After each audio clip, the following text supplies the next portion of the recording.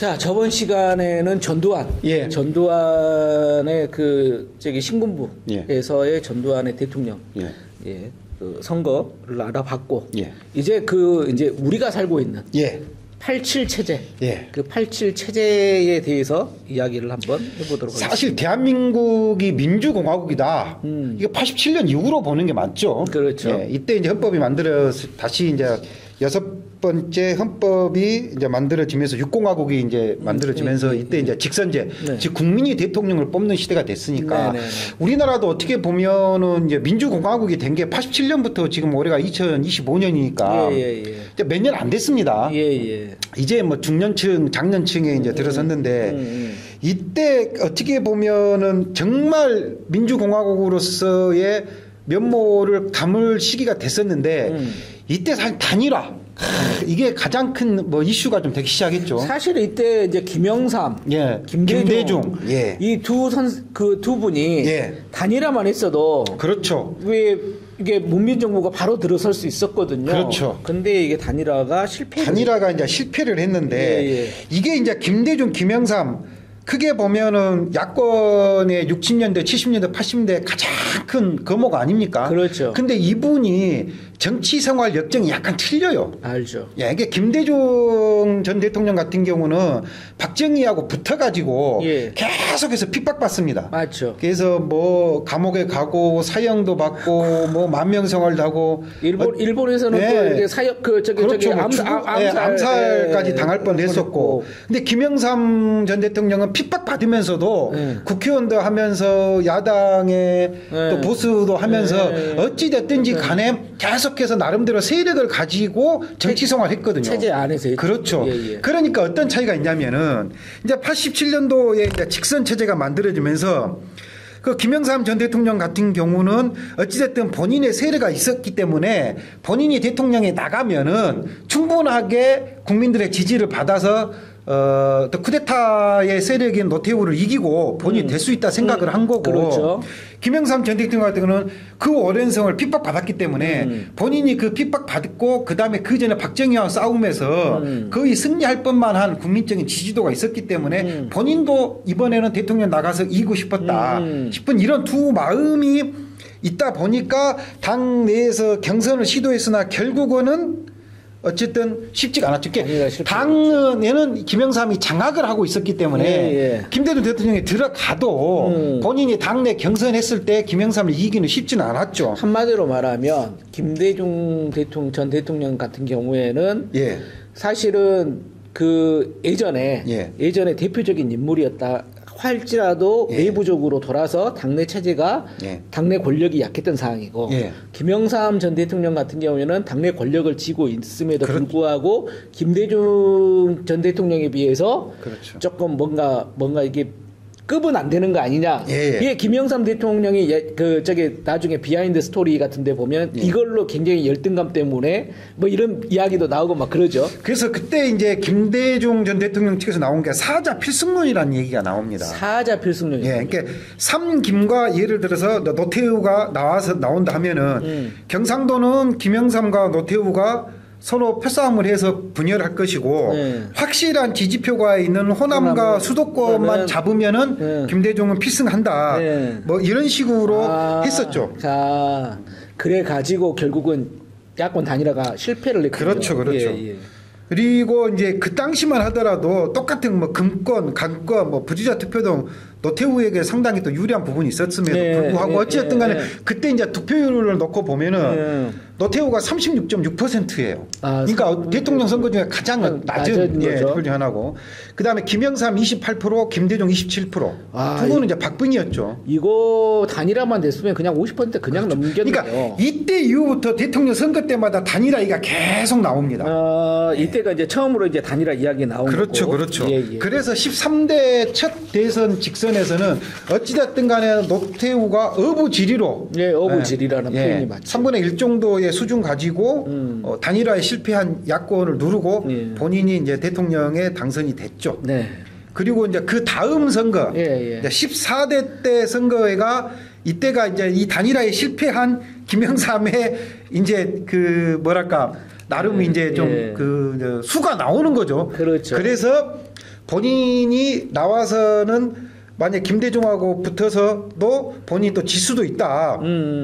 이제 그러다 보니까 어떻게 했냐면은 3당 합당을 하죠. 3당 합당. 네. 그래서 이제 김영삼이 그 당시에 정권을 잡고 있었던 노태우 그리고 이제 김종필 이렇게 해서 이제 3당 합당을 하면서 92년도의 선거에서 41.96%로 김영삼이 당선이 되고 근데 이때도 또 웃긴 게 뭐냐면 정주영 아시죠?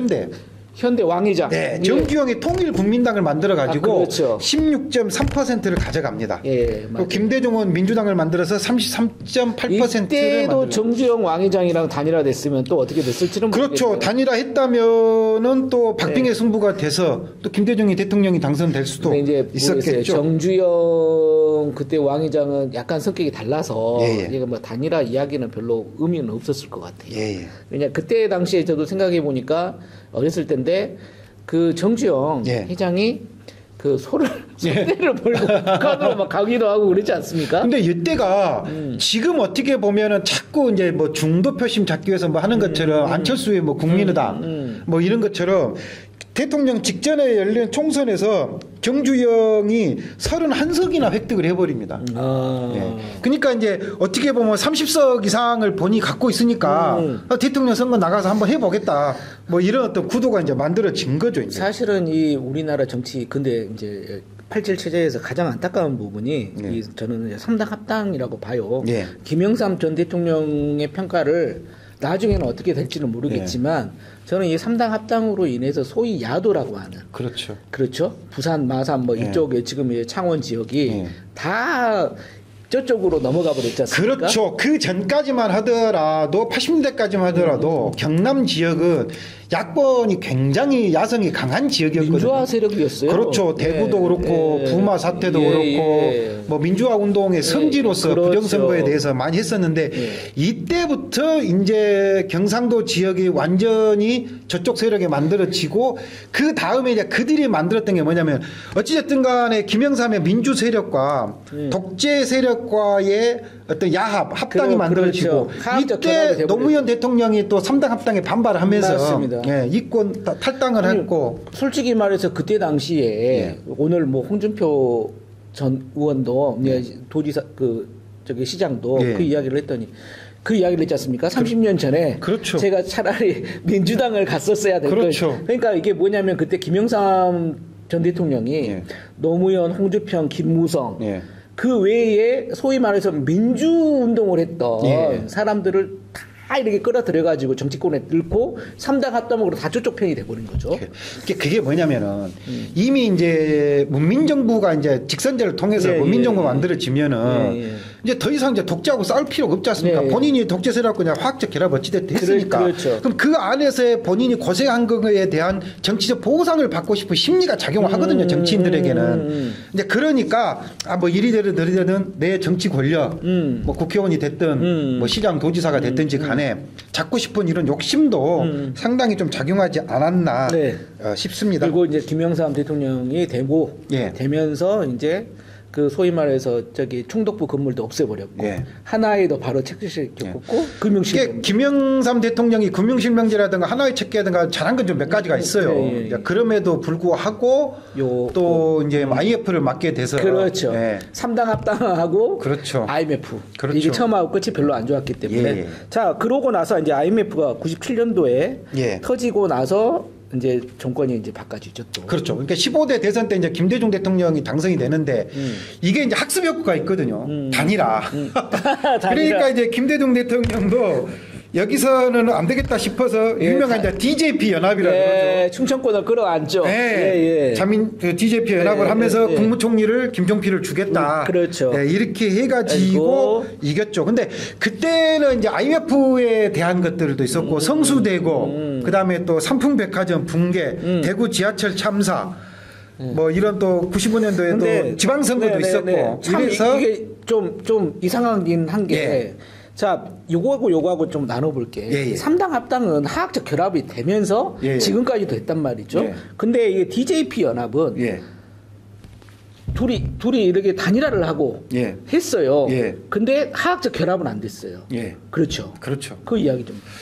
그게 이게 이제 김대중 대통령 입장에서는 본인이 어찌됐든 간에 단일화를 실패를 해가지고 대통령의 꿈을 놓쳤기 때문에 예. 이번에는 어찌됐든 간에 대통령이 되기 위해서는 캐스팅 보트 역할을 하고 있는 김종필과의 단일화가 이제 필요한 것이죠. 이런 거고 김종필 입장에서도 김종필도 이제 박정희 정권에서 쭉 자기가 이제 정치적인 역할을 해오면서 어떻게 보면은 한 번도 그 어떤 정치의 꿈 높은 직위에 올라간 게 아니라 화학적 결합을 했음에도 불구하고 자기 지분을 제대로 못 챙기는 이런 역할들이 많았거든요. 네. 근데 이번에는 이제 김대중과 확실하게 이제 딜을 한 거죠, 이제. 그 딜을 했죠. 그렇죠. 그래서 일정한 어떤 정치적인 지분을 뭐 가져가다 보니까 이게 된 거죠, 이제. 그래서 이제 소위 말해서 사실은 저쪽 편이 돼야 될 이인재 같은. 뭐 그렇죠. 그 저기 오죽에 쓰면은 피닉제라고 해서. 근데 그때 이제 이회창이 좀 등장을 하거든요. 네, 이회창. 근데 이회창이 이제 병역 의혹도 좀 문제가 있고. 예. 또 이인재 같은 경우도 이게 결국 뭐냐면은 본인의 어떤 야심이 아주 강한, 정치 야심이 강한 사람 같은 경우 주변에 있는 사람들 이렇게 부추기거든요. 당신 된다. 그럼 되지도 않을 건데 만약에 될 수도 있다고 착각하는 경우도 많이 있거든요. 그렇죠. 그게 이제 정치적으로 이제 발목을 잡게 되는 뭐 그런 경우가 좀 되지요. 저는 그래서 이때부터 소위 말해서 이제 그 사람들이 정권을 잡은 사람들이 그렇게 해도 기득권이라는 프레임은 안 나왔는데 아마 그 이해창, 이인재 나오는 시점부터 지금의 이제 그 기득권 카르텔 이런 것들이 이제 불거져 나오지 않았을까라는 생각을 해보거든요. 그러니까 그 기득권 카르텔이 과거에 이제 군사 정권 시절에 그들과 통했던 이제 기업인들, 정치인들의 기득권 카르텔이 있었고 이게 이제 어떤 정부의 변화를 통해서 살짝 사라질 뻔했는데 김영삼의 3당 합당을 통해서 그 세력들이 그대로 다 유지를 해간 거죠. 그렇죠. 그리고 이제 만약에 김대중이 당선되고 나서는 그 기득권이 사실은 무너져야 되는데 우리 김 선생님이 또 통합을 또 강조하고 또 용서하는 아이콘 아닙니까? 네, 그래서 뭐 전두환 노태우도 뭐 사면 해주면서 이게 참 재밌는 살려준 거죠. 사실은 오늘 김대중 대통령 전 대통령 이야기를 끝내려고 그랬어요. 근데 시간이 다 돼가지고 요 부분 아까 그 통합 그 부분부터 해가지고 그 뒤에 이제 노무현 그 다음에 이제 두 번의 이제 탄핵 이야기는 다음 시간으로 넘겨야 될 것 같은데요. 알겠습니다. 예.